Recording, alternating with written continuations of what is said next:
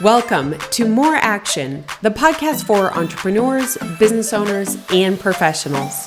I'm your host, Sheley Brien, and together we have candid conversations with industry leaders to uncover valuable wisdom and lessons learned. My hope is you use these lessons to intentionally take more action in business and life. I hope you share and enjoy. Well, based upon all of the feedback I've received, it sounds like the name change for this show was timely, very timely, let's say. I just have to say, if you sent me a DM, a message on LinkedIn, I just have to say, thank you. Because, when you make a big change like this, it can be a little bit scary. There can be a little bit of a pucker effect, like, oh my gosh, what am I doing? The branding, everybody has been reaching out. And I just have to say thank you for even taking the moment to do that, because telling somebody you're on the right path when they don't think they are means a lot. So thank you. And I am really just looking forward to where this podcast is going, because some of the guests that I've already been interviewing, it will blow your mind. And it's not going to be the typical BS. We are going to really get down into a lot of the little nitty gritty kind of hard stuff that we not necessarily want to talk about, but it's so important. And even the lessons that come through the discussions are just like eye-opening and so expanding. So I am very excited for that. You definitely want to stick around. Episodes twice a week. Make sure you hit subscribe on whatever podcast platform you listen to. And don't forget to hop over YouTube. You can watch it live there too. Now, recently I was on a discussion panel, and there were 3 other incredible women on there, all different avenues of life.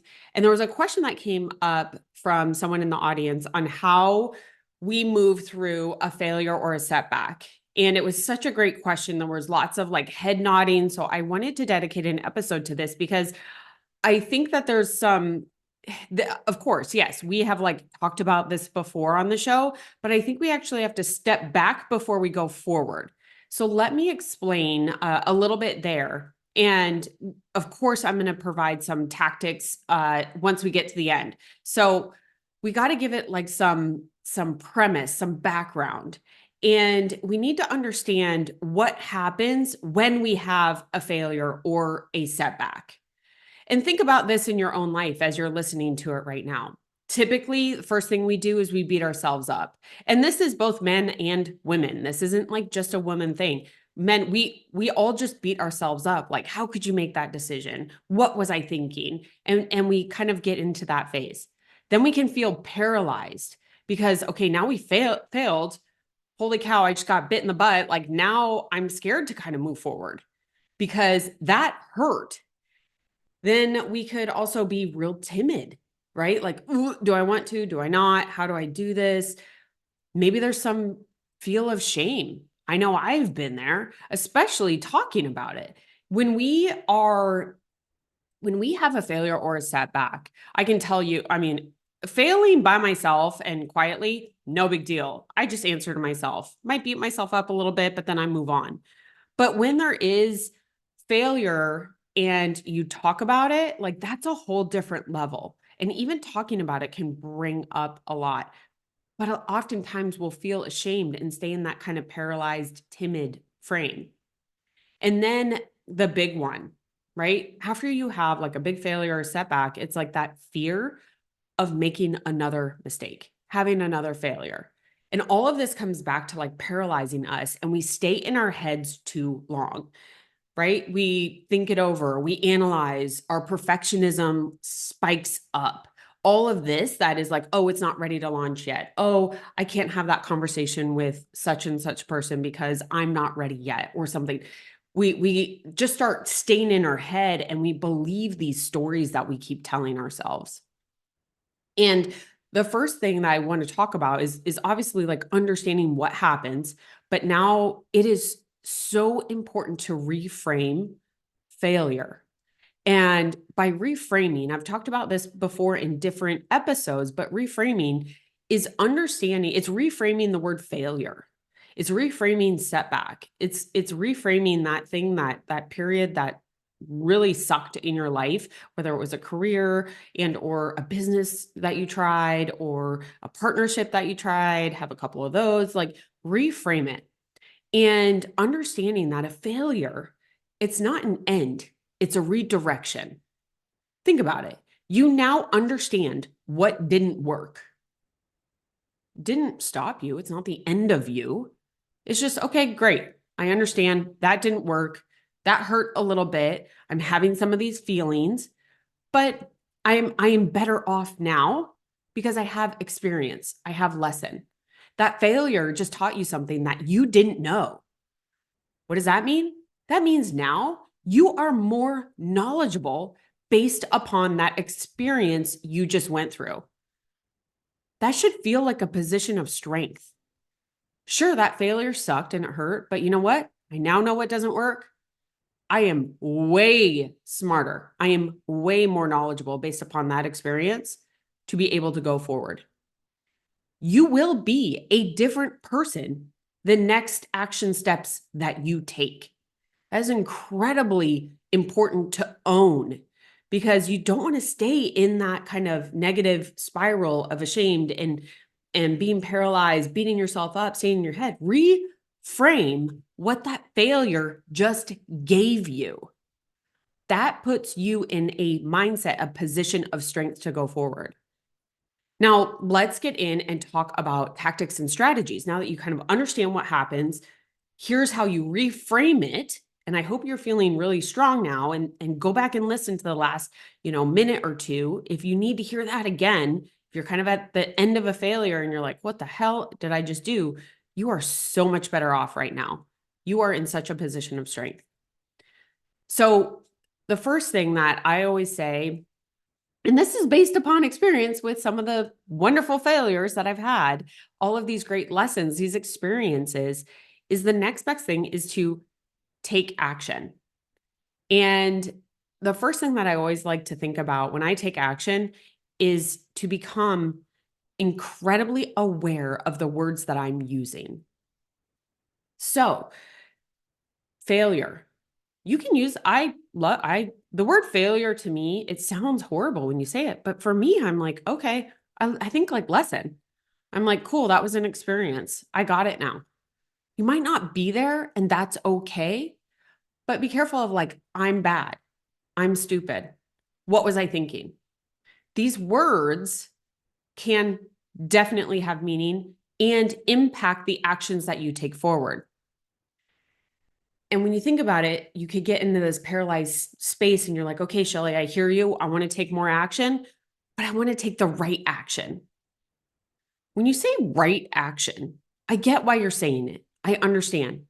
But when you say right action, that could imply there is a wrong action. So there could be a consequence based upon the action that you could take, which could prohibit you from moving forward.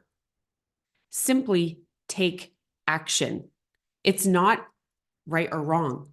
Taking action forward is better than not taking action at all and sitting in this place that you are in right now.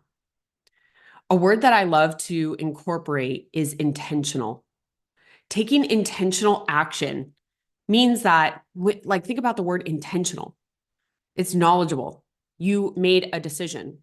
It had a process. You are making an intentional action based upon experience that you had in your past or something that you learned, a course, a mentor, a conversation that you had with somebody. You can now take very intentional action going forward. One question I always love to ask myself is, what is the next best step? It's not right or wrong, but the best. Might not be perfect, but what's the best step on what I know right now that I can do? Again, remember, you are more knowledgeable now and can take that next best step. I also ask, who could help me? Who did I not ask for help previously? I've talked about that before. Asking for help was something that I thought was, oh gosh, I thought that was a sign of weakness, honestly. I would rather go wallow by myself and try really hard, work extra hard by myself than ask for help. I have moved through that period of my life. And if you are there, I get it. It is a tough spot. But asking for help is a sign of strength. And I'm here to tell you that.